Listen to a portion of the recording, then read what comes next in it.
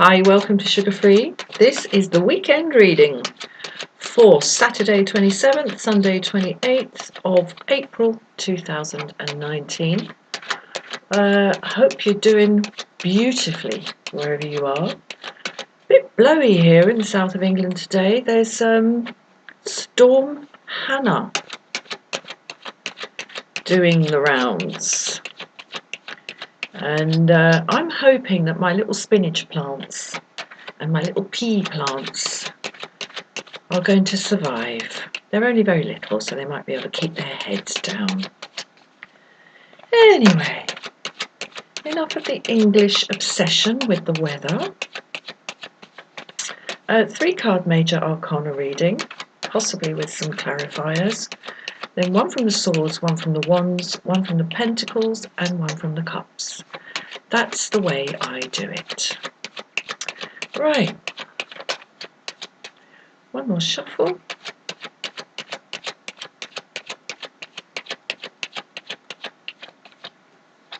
Beautiful. And one more cut. There we go. Okay. Death in the upright. The Lovers in the reverse. The Wheel of Fortune. Now we had that yesterday in the same position. Okay. Well, we might not be wanting to take a choice this weekend. We might feel we're not able to take a choice, or we might feel there is not a choice to be taken. And perhaps there isn't. But the feeling that we don't want to, don't have to, or that it's just not relevant is functioning as the veil here this weekend. Lovers in reverse. We're coming into the reading with Death in the upright. So there's a sense of transformation, there's a sense of the sweeping away. Death is really interesting juxtaposition, the phenomenon of death, because it's personal to each of us, and yet it's universal to all of us. None of us gets away with it.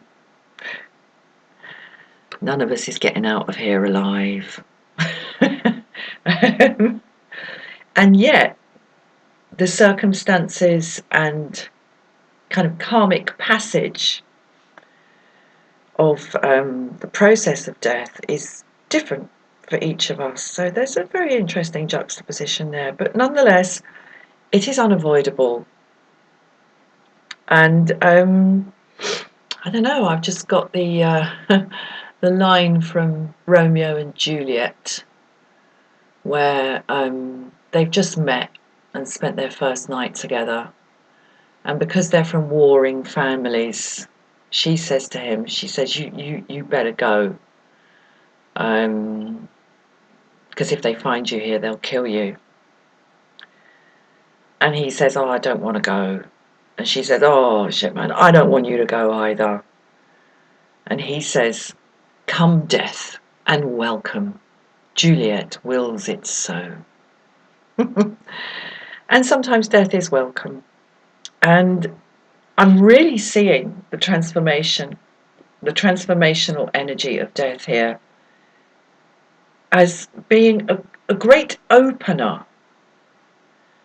Because things as they really are, the final card in this reading is the Wheel of Fortune. And sometimes the fact that this is upright or in reverse is irrelevant. But today I am celebrating the fact that this is in the upright. There is new possibility and a kind of neutrality to that new possibility represented here in the Wheel of Fortune in the upright. What we have to get over here is this kind of I've got the feeling of almost like a child who is going into some new situation here in the death card. Yeah, possibly like starting a new school. When a child goes to big school and they don't want to go, they don't want to put on the uniform, they don't want to sort of have to go to a new place, and it's all sort of full of new people, and they'll be sort of squirming, going, I don't want to go, I don't want to go, I don't want to wear the uniform, this silly uniform, I don't want to have to wear this tie or something, because in the UK we still have to wear uniform up to a point at school. It's supposed to be a social leveller. That's the idea of it. But everybody can tell who's got the polyester jacket and who's got the pure wool jacket. Everyone can tell. Anyway, it's a kind of throwback to the old comprehensive socialist idea that we had in the 60s and 70s. But yeah, there's this unwillingness or refusal to acknowledge that there is some choice to be made, but we're going to be thrown into that space anyway, because you can't compromise with it, you can't negotiate with this, it comes when it comes.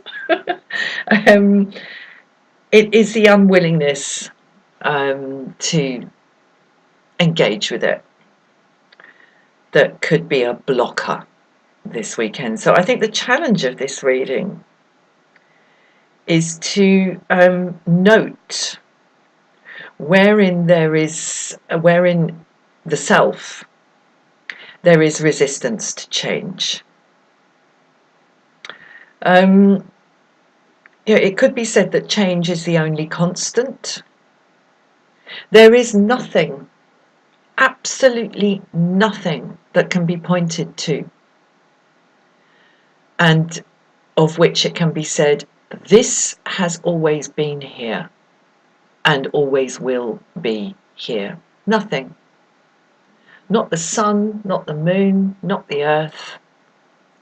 Definitely not ourselves. Definitely not our current situation. Definitely no possession of ours. Everything is in a constant state of transformation. And even the position of the sun, the moon, the earth and the stars within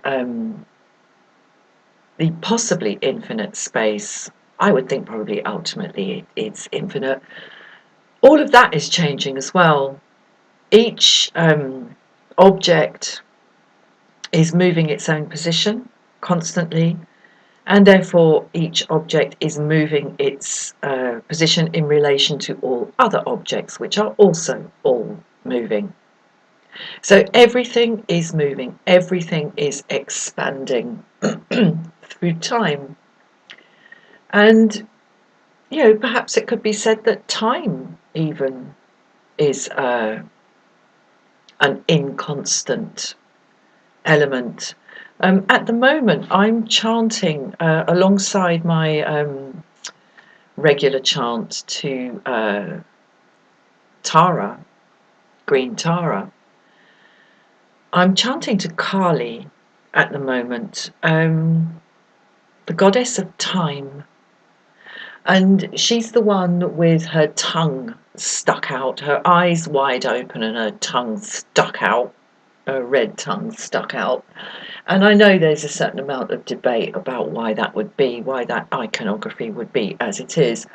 My take on it at this point is that her tongue is out to show that she swallows all, as time does. And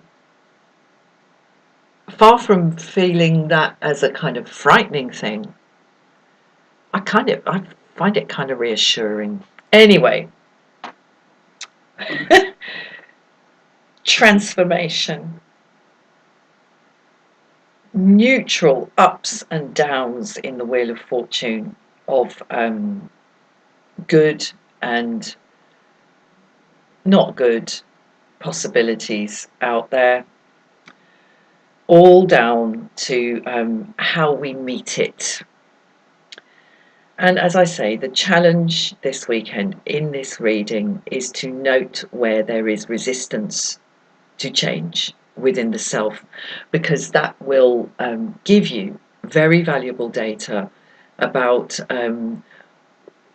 what it is in your life to which you are attached in an unrealistic way.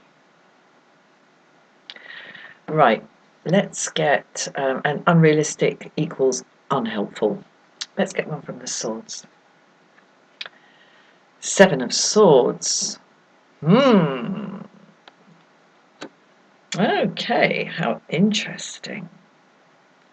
Well, clearly this is a link to the Lovers in Reverse. I'm going to push on and get more of the picture. Okay, Two of Wands.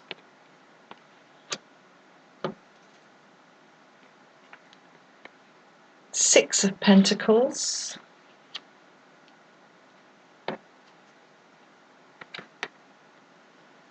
Ace of Cups. Nice, nice, nice, nice, nice, nice. Well, definitely chiming in with the Wheel of Fortune being in the upright there. How wonderful. Okay. This card today is, for me, the card of we was robbed. When you feel something should have been yours and that it was taken from you.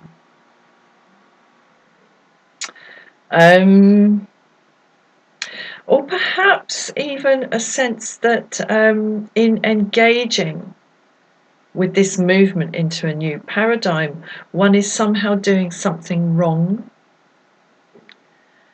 I wonder whether the relationship here between the Seven of Swords and the Lovers in the Reverse,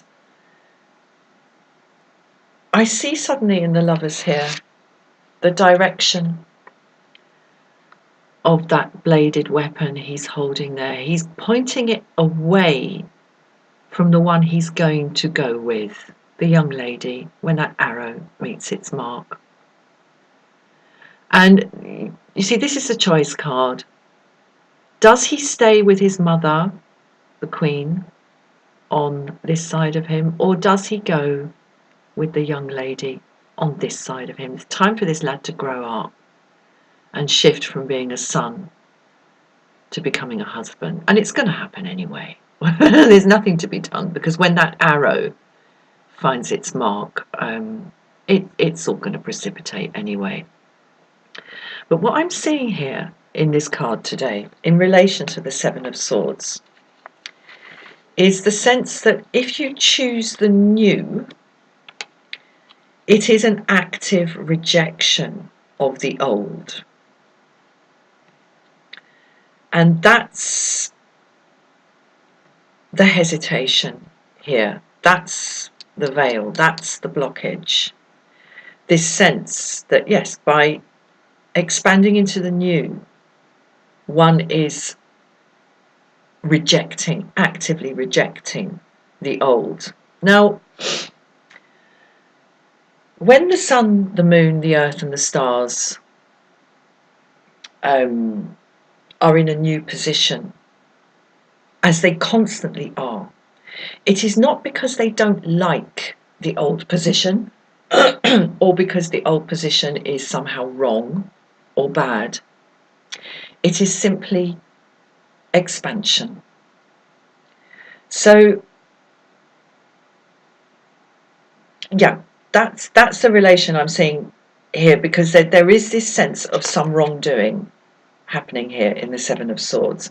Now, we don't know whether he's stolen the swords from the enemy and is taking them back to his friends, or whether he's stolen the swords from his friends and is betraying them by taking the swords to the enemy. We don't know. But we do know there's some sense of some wrongdoing happening here. And that, I think, would be something to be examined in the self, in the matter of moving from one's current position to a new position. And definitely here in the Two of Wands, we have contemplation of the new. Contemplation of stepping out into fresh territory.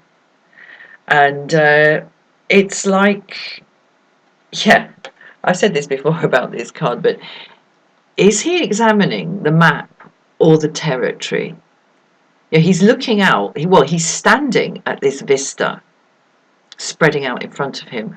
One of the wands is still bolted to the wall, so there's a hesitancy to step out here. But nonetheless, he's got this globe, so perhaps he's sort of appraising how does what's represented on the globe in his hand kind of tally up with what he's seeing in front of him in the landscape. But there's definitely the contemplation of a new paradigm. In the Six of Pentacles here, again, we have issues of fairness. And there might be a sense, or the kind of sense of, you know, is it fair that this one is getting given coins by the rich man and this one is not? Why is this one favoured over this one?